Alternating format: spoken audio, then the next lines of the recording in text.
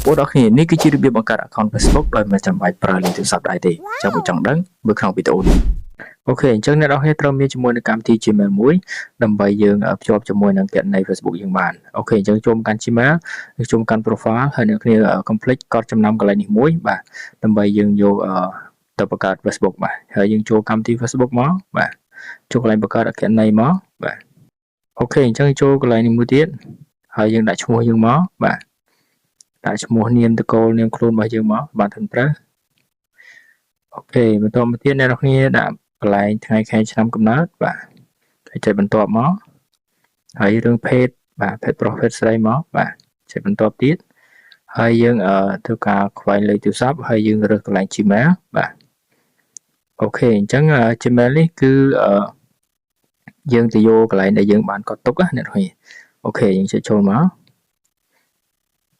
បន្តមកទៀតវានឹងដល់កន្លែងនេះអញ្ចឹងគឺការ verify របស់ Gmail របស់យើងបាទយើងទៅយកលេខកូដមក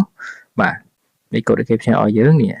បាទទៅឆែកមើលក្នុង Gmail ណាអ្នកនរគ្នាអញ្ចឹងឃើញហើយបាទអញ្ចឹងយើងយកមកដាក់កន្លែងនេះមួយមកហើយចុចបន្ទាប់មកបាទអូខេអញ្ចឹងយើងចិត្តបានហើយអ្នកនរគ្នាចុចរំលងមួយសិនមកបាទអូខេ welcome to Facebook បាទនេះគឺចិត្តបានហើយយើងចុចរំលងមួយទៀតមកអូខេកន្លែងនេះយើងចុចរំលងវាមកបាទយើងមិនទាន់ add ជាមួយមិត្តភ័ក្តិបាទតែយើងចង់ add ក៏បានឬមិន add ក៏បានដែរអត់អីទេអ្នកនេះចុចរំលងមកបាទបន្តមកទៀតយើងមិនទាន់ដាក់លេខទូរស័ព្ទក៏បានចុចរំលងមកអូខេអញ្ចឹងនេះគឺជា Facebook របស់យើងបាទយើងចូលទៅកាន់ profile របស់យើងបាទហើយយើងវានឹងចេញកន្លែងលក្ខណៈបែបនេះបាទគឺយើងធ្វើការរំលងវាសិនមកវាជាឲ្យយើងបំពេញជាមួយនឹងព័ត៌មានរបស់យើងបាទដូចជាទីលំនៅក៏ដូចជាអាស័យដ្ឋានយើងមួយចំនួនបាទក្នុងនេះអញ្ចឹងយើងចង់ដាក់ក៏បានឬក៏យើងមិនទាន់ចង់ដាក់ក៏បានដែរយើងចុចរំលងសិនក៏បានដែរបាទកន្លែងនេះអូខេអញ្ចឹង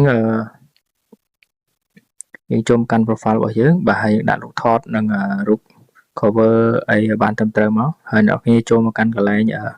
ប៊ិចមួយទៀតបាទដើម្បីធ្វើការបំពេញបាទនេះបំពេញអាស័យដ្ឋានព័ត៌មានរបស់យើងបាទឲ្យបានត្រឹមត្រូវមកបាទគឺអូខេតែម្ដងបាទអញ្ចឹងងាយស្រួលទេអ្នកគ្នាយើងអត់ចាំបាច់មានលេខទូរស័ព្ទក៏បានដែរគឺយើងអាចបង្កើត Facebook បានតាមរយៈ Gmail គឺងាយស្រួលខ្លាំងមែនតើបាទអូខេកុំភ្លេច follow មួយផងបាទសូម